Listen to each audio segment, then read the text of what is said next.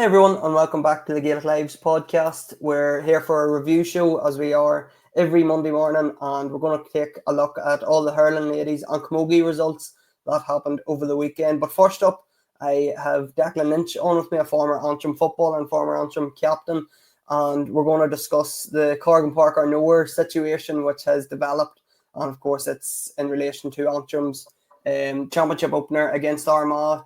Antrim were drawn out of the hat first, which usually means home advantage, but this game has been fixed for Park Esler Newry. So we're just going to get Declan's reaction on that and sort of the idea of how it all went down in Antrim at the minute. But Declan, to start, I know you're not even a year retired from the inter-county game yet, so how is supporting the Antrim team been this year? Are you a good supporter, or how are you? Yeah, well, it's total different. You're leaving 14 years or so of your life behind you as such, and you're moving to a different part of your life. But I went to the Clare game there, the first National League game, and it was pretty strange. Usually you're down and you get the nerves and stuff, but it was down in a wet, stinking, cold day in Corrigan and tucked up at the back of the back of the stand. But you know what? It was actually quite enjoyable.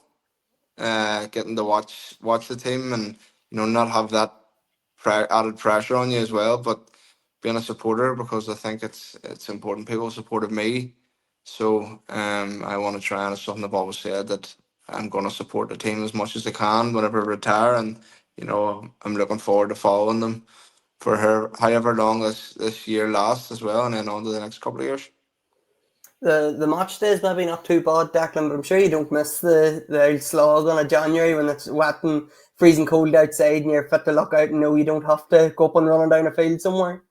Yeah, there's that. I probably miss training, that structure, but I enjoy the aspect of, not having to go to get up on a Tuesday and Friday and Saturday and Sunday and go training, and then go to Dunsilly for your gym session and such. So it's that. But the way Gaelic games has went over the last 5 or 6 years, it's pre-season's tough, but they're definitely not as tough as what they were years ago. The science side of it has made them that bit more tolerable and probably structured, that you're not cramming in, a stupid amount of work into an hour and a half session.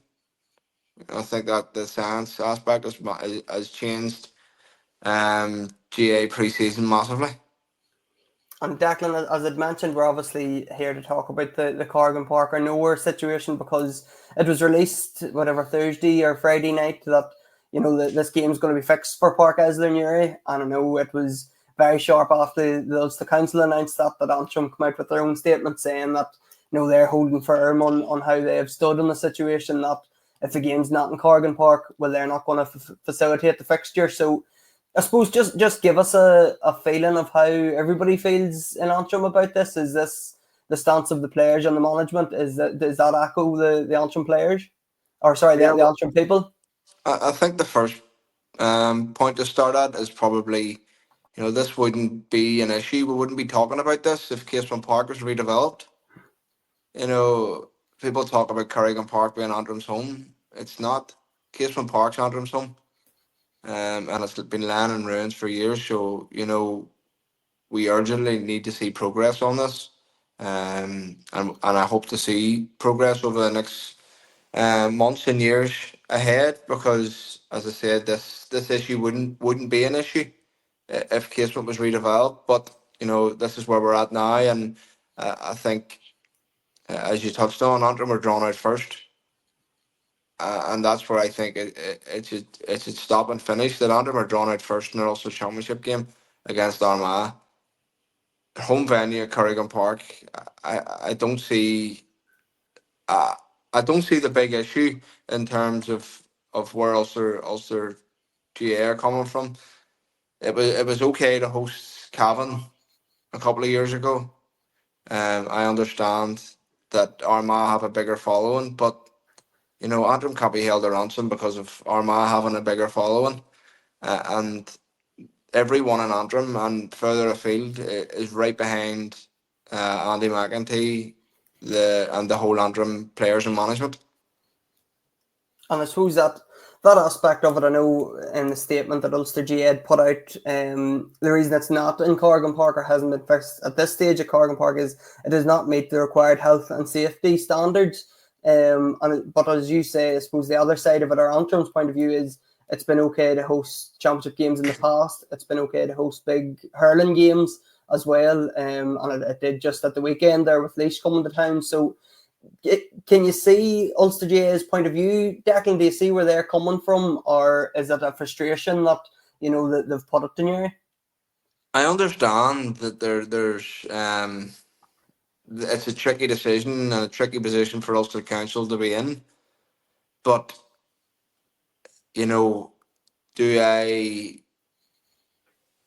understand, as I said, but I just don't. I can't get my head around why they don't deem it fit for an Ulster Championship game when you said, like, Waterford have came to town, Wexford have came to town, and hurling games, Cork have came to town, and then All Ireland knockout game. You know, yes, Armagh have the potential to bring serious amount of thousands, but I'm sure the Armagh people, and I won't speak for them, but I'm sure the Armagh people would be happy enough for this game to stay in Corrigan. You know, um, they this isn't the end of their season or the end of Antrim season if either team's beat. So I'm sure the supporters of each county, and especially Armagh, will get to see their county play further on down the line and into the summer months of the year. And I know, as I was saying the offer, I'm from Armagh, and I, like yourself, I'm not speaking for all Armagh people, but anybody I've been talking to, or you see the reaction on Twitter, there does seem to be a backing for Antrim in Armagh and across the board that, there is a feeling in Armagh that if it goes ahead in Corrigan Park and people lose out, well, so be it. That's just the luck of the draw. That's just the way it is. So do you feel that, Declan, that people across the board are supporting Antrim in this? Yeah, I think largely there's a real feel out there that majority of people are behind the Antrim team, Andy McEntee and the players on this issue. I think people understand that Antrim have been drawn out first, and that's where it should start and finish. And all you have to do is go back and listen to Peter Canavan and Cora Staunton on the Sunday game a couple of weeks ago, and they were straight to the point and said that the home venue should be respected. And I really can't see Antrim doing a U-turn in this. So I think the Ulster Council, sorry, have backed themselves into a corner that um, this issue in the media is only going to get worse because it's a bit of a media's dream at the minute. And as it gets closer to the 12th of April, I think it is, as it gets closer to that date, the media are, of course, going to be all over it. And the Ulster Council are going to have to come back out again and respond. But at the minute, and I hope it stays like this, I just can't see Andy and the lads backing down on this, and rightly so. And I think the whole of Antrim and wider afield are right behind them in this one. Do you think, Declan, could we get to that sort of unimaginable stage that on the 12th of April, fans are in Newry, Armagh have turned up, and whatever, 5, 6 o'clock, whatever time the game's at, Antrim's they're not there? Do you think, is that genuinely going to happen? Like that, I know, I think Paddy McBride come out and said that, Ollie McEntee has come out and said that too. So do you think genuinely that's the route they're going to take? Yeah, well, I don't see any other alternative. Unless this game is played at Corrigan Park, I think Andy and Paddy McBride and Dermot McAleese have number one voiced the frustration at not being allowed to play their home game at Corrigan Park. But number two, I think they're adamant that unless it's being played there, they ain't turning up the Park Isler on the 12th of April. So I understand Armagh are gonna have to turn up, but I can't see many fans turning up because there won't be a game of football taking place. And obviously, it's going to be big ramifications too, Declan, not only in terms of the Ulster Championship, but I think it's been reported too that Antrim could miss out on the Tailteann Cup too if they don't fulfil this fixture. So it's a tricky one, obviously, as we know for Antrim. But is it worth the risk? Do you think of the season could be over by the end of the league if they don't play this game? Yeah, well, that's what's being rumored, and I think it's in the rule book that if a team fails to field in their championship game, they're kicked out of the rest. And listen, it'll be a massive punishment, and I think the Tailteann Cup has been a chance for Antrim to progress over the last few years. We've got the two semi-finals, and narrowly missed out. But from talking to the lads, I think they're prepared to forgo the Tailteann Cup to make a statement and make a stand, because Antrim are seen as a small county within the GA, and I think if Antrim just roll over here, it's where do you draw the line? I think it's about respect, and about honesty, and I think Ulster Council should really reconsider their position of bringing the game to Park Esler and keeping it as a home venue for Antrim. And I suppose what would it mean for Belfast and for Antrim GA to have this game in Corrigan Park, because it's not only Armagh coming to town, it's the All Ireland champions and the buzz and everything that comes with that. Declan, like if Antrim and Belfast and Antrim GA were to miss out on this, like would how hurtful would it be to miss out on it, and how big of an event would it be to have something like this? Yeah, well, listen, you just hit the nail on the head. It's the All Ireland champions coming to town for the start of their defence of an All Ireland champion of the Sam Maguire, and to try and win the Ulster Championship. So there'll be a massive buzz, and there has been a massive buzz since the draw was made. Obviously, people were realistic and understand that Antrim are really really up against it, but that's why you play. That's why these lads are going to training, and that's why I done it, and plenty more others done it, to try and have a chance to play against the best, and to be able to play against the best in front of your home crowd is massive. But also the GA have a responsibility to grow GA and participation around Ireland, and I think you're doing Belfast and Antrim a disservice by taking the game out of Belfast and Antrim because of a health and safety issue, is what the Ulster Council are calling it. And I know, Declan, the players and the management at the minute, they're deep in a Division 3 league campaign. So do you think, is this a bit of a distraction for them too, because they have some crunch games coming up to finish out their campaign? I think it's Sligo next week. So could this be causing a bit of a distraction in the Antrim changing room, do you think, or how will the players sort of react to everything that's been going on? Yeah, well, it certainly has the potential to, but one thing I know about Andy and some of the senior players there, Paddy McBride and Mark Jordan and Dermot McAleese, Peter Healy and the boys, it'll be about next week against Sligo, and then once they win, if they win, then they can start looking at what is going to happen on the 12th of April. But just knowing Andy over them years, it's just going to be full focus.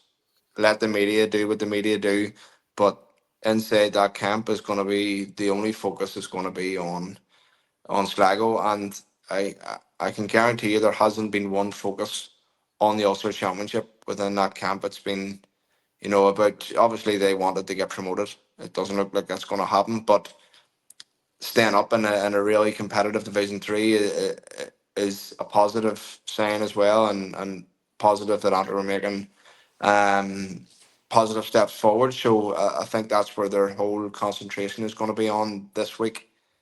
Is going to be beating Sligo at Corrigan Park. Ironically, Corrigan Park is where we started and we're going to finish. But just on the league campaign at the minute, as you'd mentioned, Declan, Sligo this week, Corrigan Park. It's a huge game because both teams, basically the winner out of this, gives themselves a massive chance of staying in the division. So we're talking about championship. This could have a championship feel to it because it's such a big game to stay in Division 3. Yeah, and by all accounts, Sligo have got a couple of players back. Niall Murphy, who's a massive player for them and is a serious talent. By all accounts, he's back in the fold and will be available for Sligo next week. So he's caused me a headache or two in the past, but I just think uh, when the crunch comes to the crunch, over the last number of years, when we have needed a massive performance, we have delivered it. You look at Cavan last year, staying up, or 2 years ago, sorry, staying up, and Wicklow last year. We've done it. So I think the lads know how to do it. So I'd be confident that they'll get the 2 points at the weekend, and I'm actually looking forward to getting down and cheering them on. Declan, great stuff. Thanks very much for coming on. It's a key point and it's a key talking point that we felt we should be discussing on today's show. And as I mentioned earlier, we're going to take a quick break now. Then the GL team will be back and we'll discuss all the ladies, camogie and hurling action from the weekend and their usual roundup on highlights and everything else. So we'll be back after this short break and with all that. So Declan, thanks very much for coming on. Appreciate it, and I'll chat to you again. Thank you. Now, a quick word from our sponsors for this edition of the Gaelic Lives podcast, VWL Sport, hydrating athletes in their quest for glory. VWL Sport Isotonic is the ultimate hydration solution for athletes. Packed with essential electrolytes and vitamins, this refreshing drink is designed to keep you at your peak performance. They even hydrated the Armagh team during their journey to the All-Ireland glory. Get ordering yours and hydrating yourself ASAP using the link in the description. So in terms of our weekly roundup, there's only one place to start, and it's myself and Mal McMullen that's going to look at all the hurling, ladies and camogie action from the weekend. And as I said, Mal, there's only one place to start, and that's with Down. They are on the up. They're going to Division 1B after defeating Kerry at the weekend. And this is probably the best story in Ulster at the minute. And it's a real feel-good story from Ronan Sheehan, from his team, and everything else. And it's one of them that, hard work pays off and dedication pays off. It definitely does. A couple of weeks ago, we were talking about Mickey McCann and Donegal and beating Kerry, but this is a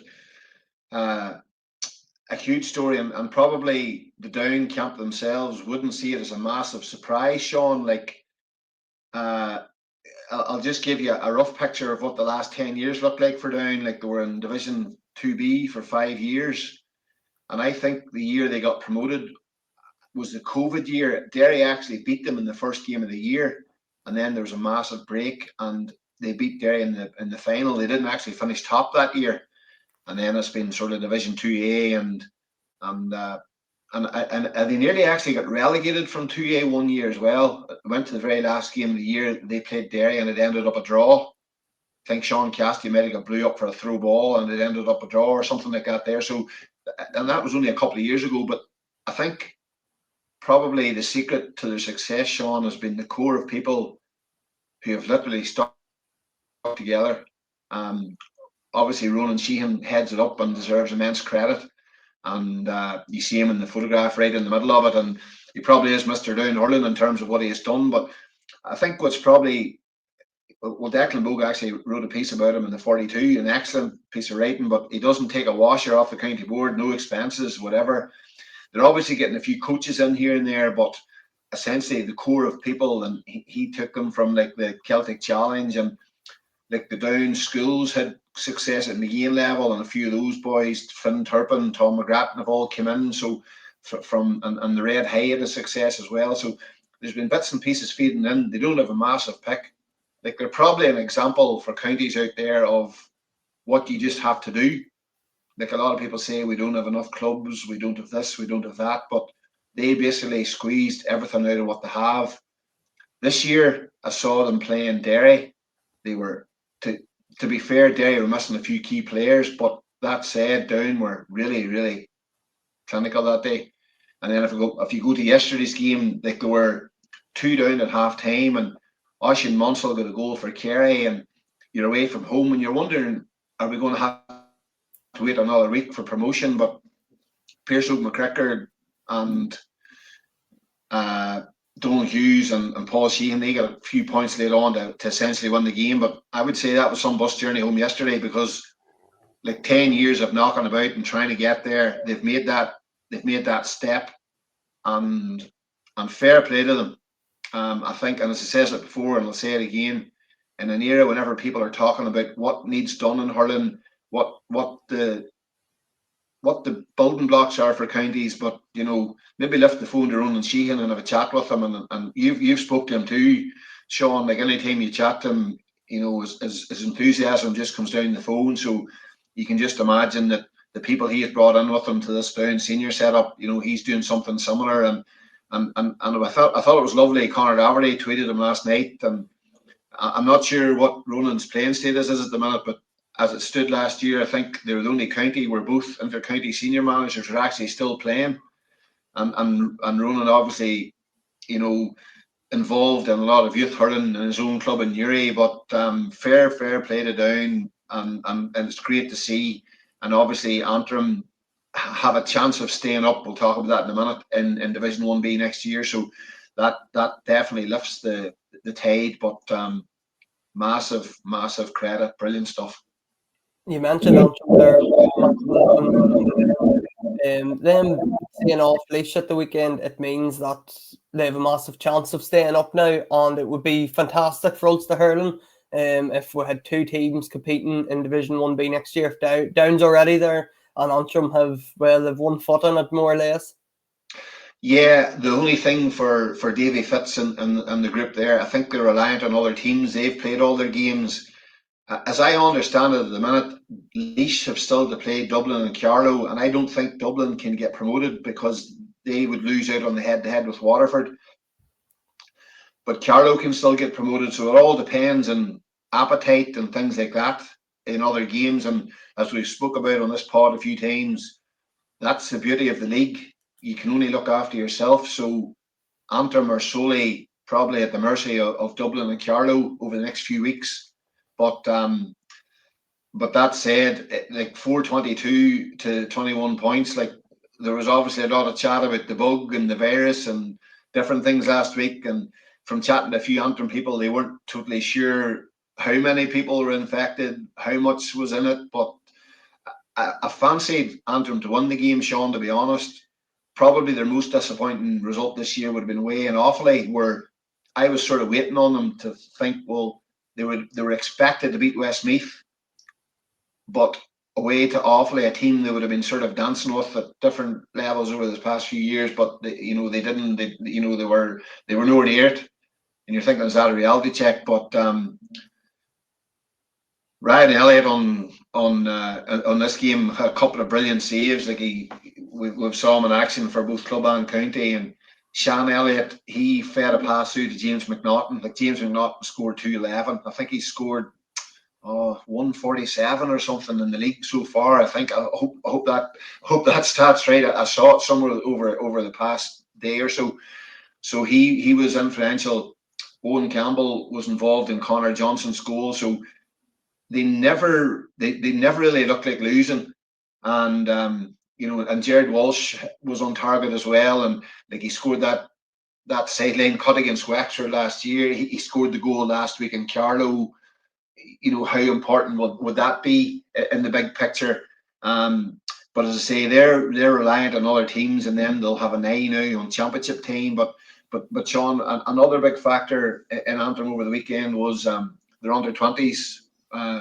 They won the championship under Michael McShane, and their own Johnny McIntosh is in the management team. And whenever he was leaving the All-Star banquet the other night, and I says, hope you have a good clear head for the morning for this under-20s. So they were looking forward to it, and I think the statement Antrim made in the terms of the management team that they put in here, like Michael McShane, I was lucky enough to work with him for a year in Slantneil when he was manager. I was doing bits and pieces of video analysis for him, and you can just see that he just surrounds himself with people who get things done, and he definitely brought he brought Slantneil to Ulster glory. So he's not in there just for the short haul. I would say maybe there's an eye that he maybe will end up in the senior job at some point. Who knows? But that was Finn and Bradley scored 10 points. But I think, Sean, out of the 125 that Antrim scored, 119 of it was from play.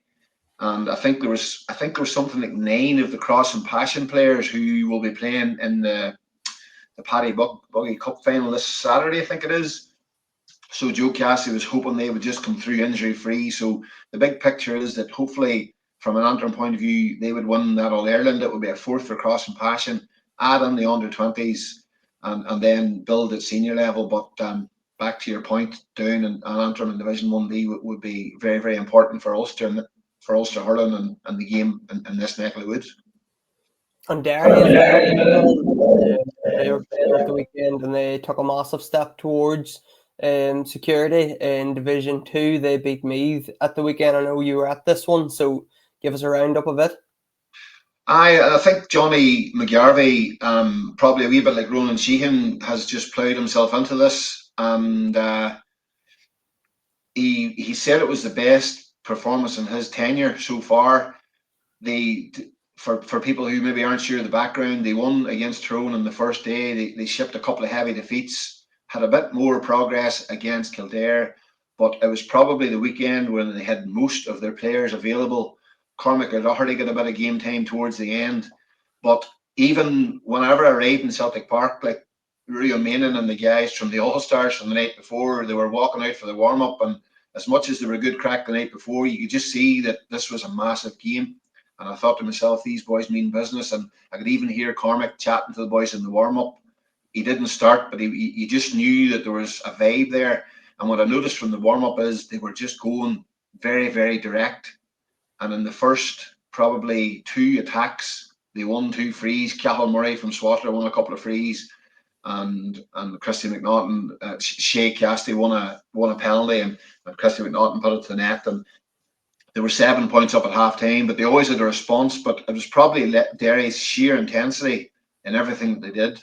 They hunted people down. They just had a balance of scores over their pitch. From Patrick Turner at cornerback, who just was probably inspirational, to Cathal Murray up front. You had Michael McGrath at midfield that just basically ran, and he was involved in scores as well. And Jared Bradley and John Mullen across the half forward line, were pretty influential. So, but it leaves it now, Sean, from their point of view, like Johnny did say last year, that they needed to be playing at this grade of hurling, and now it's a shootout between them and Donegal on the last day. Like you see, Christie scored 1-7. Like he's been their main scoring threat. But Cormac O'Doherty's coming back at the right time to give him a bit of support. And with Rory O'Manon playing at wing back, he's a good man to play ball forward. And Cathal Murray and Shea Casty were very lively up front. But again, it probably comes down to, like, it's in Letterkenny, the final game. I hope I'm right with this one. I think a draw is no good to Derry because of the score difference. So Derry need to win, and Donegal have obviously had a very good season themselves. So Saturday week in Letterkenny is a significant game at that end of the division. And whenever you chat about, Antrim and Down in Division 1B, Tyrone they've fallen away from Division 2. So it's looking like it's Derry or Donegal for the shootout, although Meath could still be sucked into that as well. But it was an excellent game of hurling, and probably the only worrying fact is there just was nobody at it. Like, I would say you could count 200 people at it, and the Antrim game against Laois was a massive game for Antrim, Sean, and you could see empty seats in the Corrigan stand. So that's disappointing too. Whenever you have a game of that magnitude, where the county doesn't seem to have fully got behind them, but we're not going to be able to control that here. But it's all about probably getting results over the next few weeks. And just the rest of the results then from the weekend. The only other Division 2 game was Tyrone got beat by Kildare 2-34-08, while in Division 3, both Ulster teams, Cavan and Armagh, were beat. Cavan got beat by 3 points against Roscommon, while Mayo hammered Armagh by 9 points. And I know that result isn't a fair reflection of the game. It was much tighter than that. Mayo got 2 goals near the end of the game, and that leaves a massive crunch tie between Cavan and Armagh next weekend, with the winner of that more or less securing their Division 3 status, while the loser is going to find it tough to survive. Division 4 then, Lancaster beat Monaghan by 4 goals, 420 to 20 points, while Fermanagh beat Leitrim 21-116.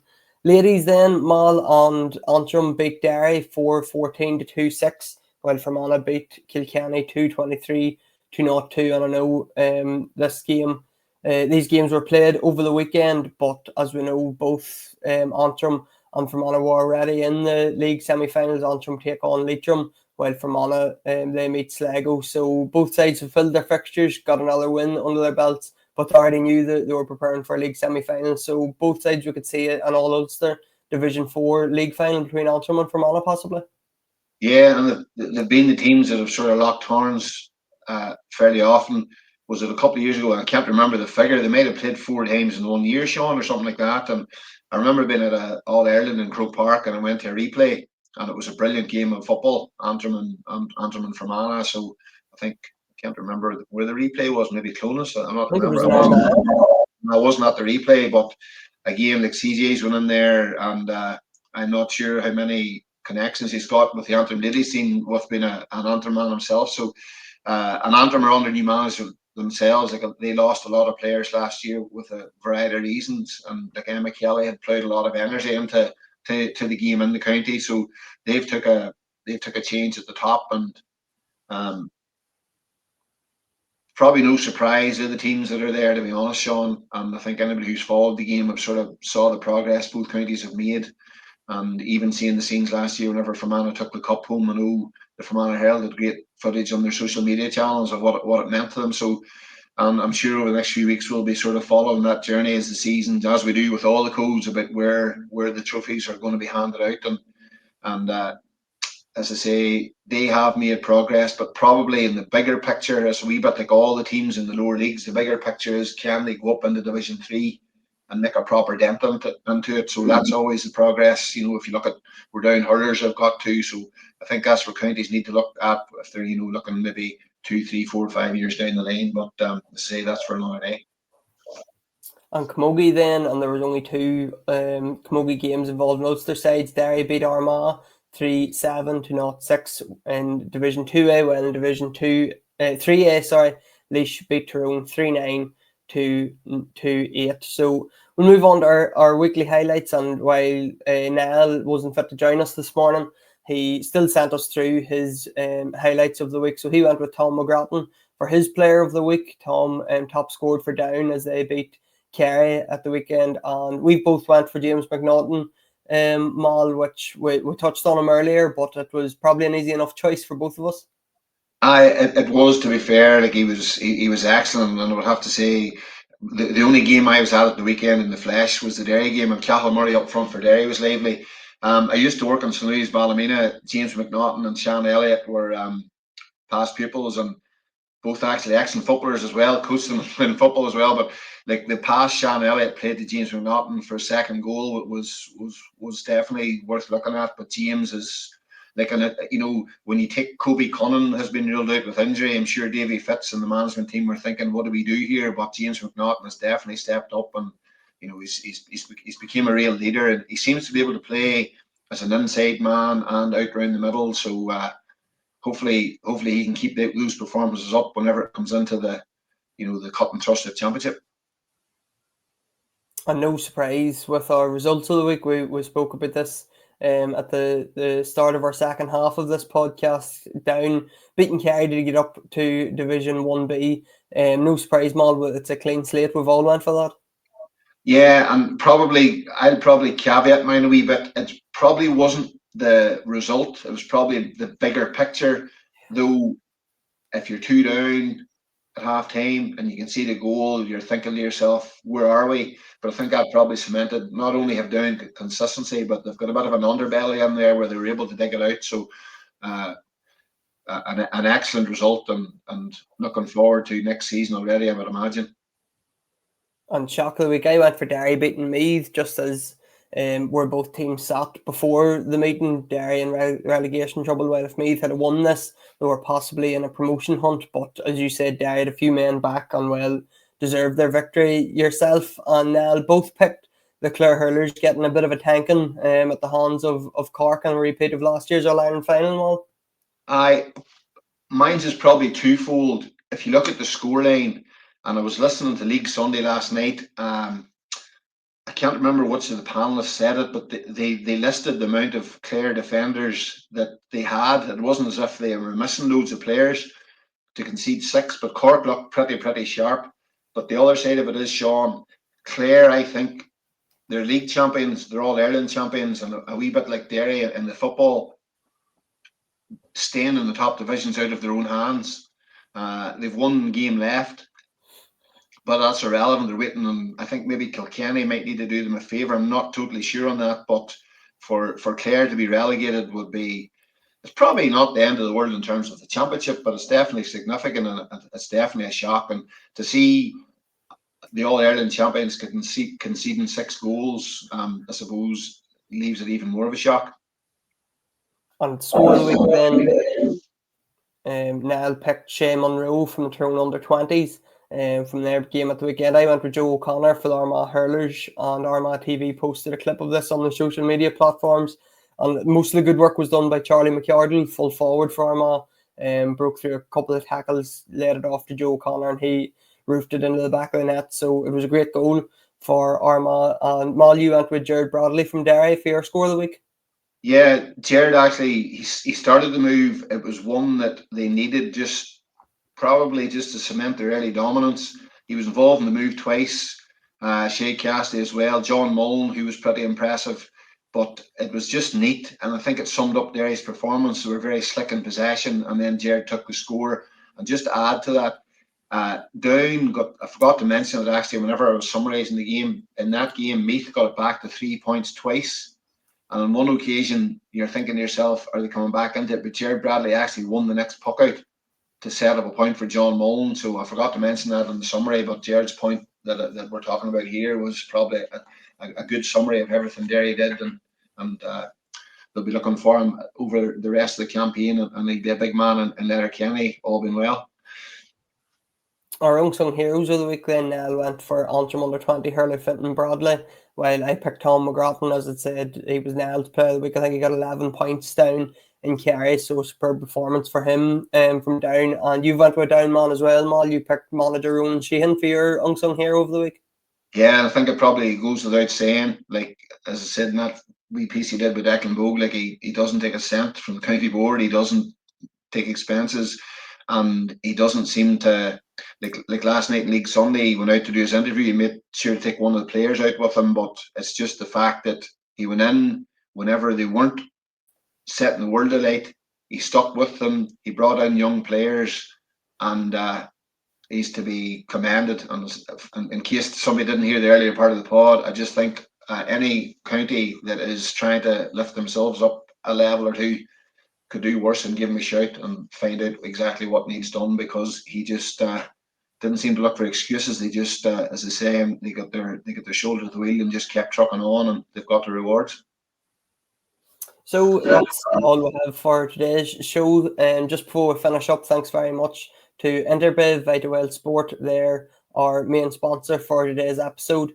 And just before we go, we want to give a shout out. There was a freebie from our All-Stars on Friday night, and it's a free subscription to Gaelic Life for a month. So we're going to post that on our social media channels. So anybody that wasn't even at the All-Stars can still avail of that. We'll post that after this podcast. So make sure to check out all our social media platforms. Give us a follow on Facebook, Twitter, and Instagram as well. And make sure to follow us wherever you get your podcasts, whether that be Spotify or YouTube. Give us a subscription as well. So thanks everybody for tuning in. We'll be back on Thursday. We'll be looking forward to all the big games coming up this weekend, including the massive clash of Donegal against Tyrone and everything else that's coming up over the weekend. So thanks everybody for tuning in. Thanks to Declan earlier on, and thanks to Mal, and see everybody on Thursday. Thanks, Sean.